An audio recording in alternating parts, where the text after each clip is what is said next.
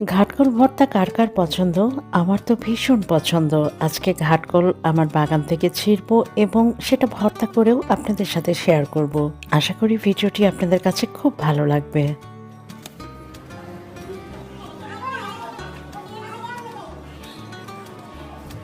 ঘাটকল গাছে যে ফুল হয় সেটা আমার কখনোই জানা হয়নি।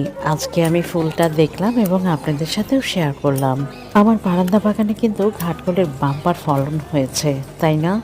আমার তো দেখতেই অনেক ভালো লাগতো, কিন্তু ছিঁড়তে কিছুটা মায়া লাগছে। কিন্তু ঘাটকল ভর্তা তো খেতে হবে, আর এগুলো বেশি বড় হয়ে গেলে খেতে অতটা টেস্ট থাকে না, আর এর জন্য কিন্তু আমার ছিঁড়ে নেওয়া।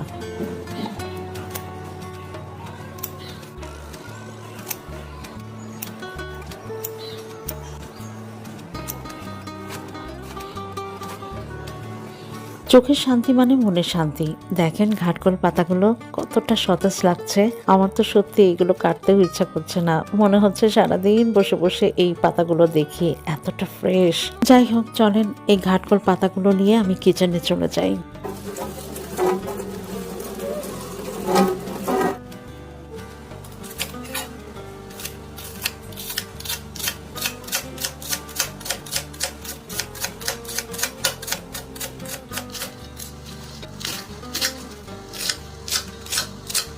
এই ঘাটকল পাতাটাকে বিভিন্ন অঞ্চলে কিন্তু বিভিন্ন নামে চিনে থাকতে পারেন। অনেক অঞ্চলে কিন্তু খানমান পাতাও বলা হয়ে থাকে। অঞ্চলভেদে যেমন নামের পরিবর্তন আছে, তেমন অঞ্চলভেদে কিন্তু ভর্তাটা করার ভিন্নতা রয়েছে। প্রথমে ঘাটকল পাতাটি কিন্তু আমি সিদ্ধ করে নিলাম এবং পানিটা শুকিয়ে নিলাম। এরপরে একটা স্ট্রেনারে আমি শাকগুলো তুলে নেওয়ার পরে খাঁটি সরিষার তেলের মধ্যে রসুন, কাঁচা পেঁয়াজ, কাঁচামরিচ এবং মেইন উপাদান কালো জিরা সুন্দর করে ফোড়ন দিয়ে একটু ভেজে নিলাম। ভাজাটা খুব বেশি কড়া ভাজা হবে না, জাস্ট একটু লাল লাল হলেই আমি এটা নামিয়ে নিব। প্রথমে আমি রসুন, পেঁয়াজ, কালো জিরা যেটা ভাজলাম সেটাই আগে বেটে নিচ্ছি, আর এগুলো বাটার পরে তারপরে শাক পাতাটা আমি একসাথে বেটে নিব। এই ঘাটকল ভর্তাটা আমার হাজবেন্ডের অনেক অনেক প্রিয় একটা খাবার, এবং শৈশবে এই ভর্তাটা অনেক পছন্দ করে খেতেন।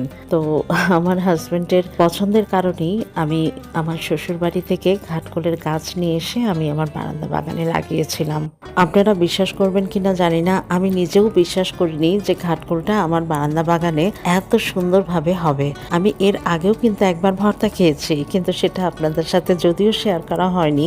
এই ঘাটকল ভর্তাটা আমার মতো করে আপনারা করে খাবেন, সত্যি অনেক মজার। আর এই ঘাটকল ভর্তাটা অনেকে গরম মশলা দিয়েও করে থাকেন, সেটাও ভালো লাগে, সেটাও আমি করে খেয়েছি। কিছু কাঁচামরিচ তো আমি ভেজেই নিয়েছিলাম, আর কিছু আমি এখন কেটে দিলাম একটা ফ্রেশ ফ্লেভারের জন্য। লবণটাও একটু কম হয়েছিল, লবণ এবং ফ্রেশ আবার খাঁটি সরিষার তেল একটু দিয়ে নিলাম। ব্যাস, আমার ভর্তা কিন্তু একদম কমপ্লিট। এখন শুধু গরম ভাতের সাথে এই ভর্তাটা খাওয়া আর তৃপ্তিটা নেওয়া। আর আমার নিজের গাছের ঘাটকল ভর্তা, বোঝেন তৃপ্তিটা আমার কোন পর্যায়ে থাকবে। যারা আমার মতো ভর্তা লাভার তারা কিন্তু অবশ্যই আমার এই রেসিপিটি ফলো করে খাবেন, ঠকবেন না। আমি কথা দিলাম, গিফট পেতে আমরা কেনা পছন্দ করি, আর সেটা যদি জন্মদিন হয় তাহলে কিন্তু আর কথাই নাই। জন্মদিন আসলে কিন্তু আমরা ছোট হোক বড় হোক সবাই কিন্তু গিফট এক্সপেক্ট করি, তাই না?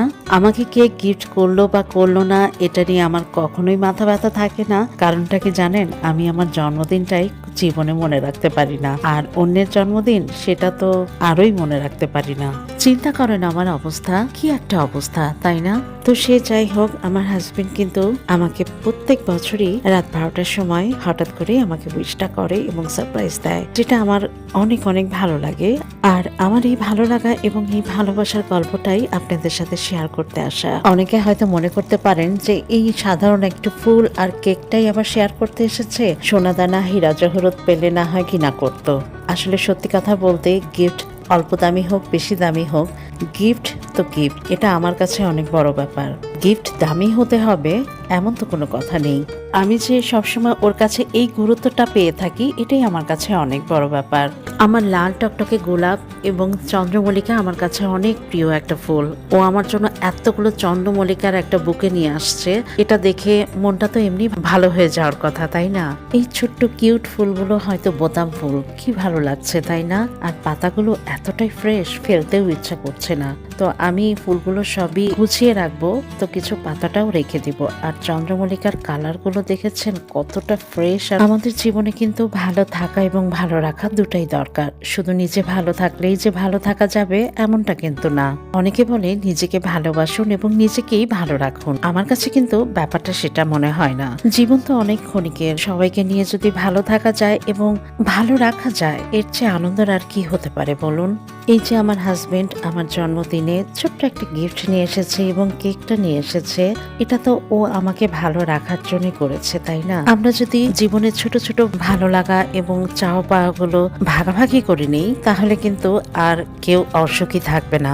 আমি তো মনে করি আমাদের জীবনে ডিমান্ডটা একটু কম রাখা উচিত। আর আমি বিশেষ করে মেয়েদের বলবো, যদিও আমি মেয়ে, তারপরও মেয়েদেরই বলবো যে ডিমান্ড যত কম সুখী তারা বেশি হয়। আর ডিমান্ড যাদের অনেক বেশি তারা কিন্তু সবসময় অসুখী থাকে। কথাটা মিলিয়ে নেবেন। সুখটা কিন্তু আপেক্ষিক, সুখটা কিন্তু মনের ব্যাপার। আমার তো মনে হয় সুখী থাকতে ডিমান্ডটা কম রেখে জীবনযাপন করলেই সুখী থাকা যায়। আমার জন্মদিনে আমার ফেসবুক এবং মেসেঞ্জারে যারা উইশ করেছেন এই ভিডিওর মাধ্যমে তাদেরকে অসংখ্য অসংখ্য ধন্যবাদ জানাচ্ছি।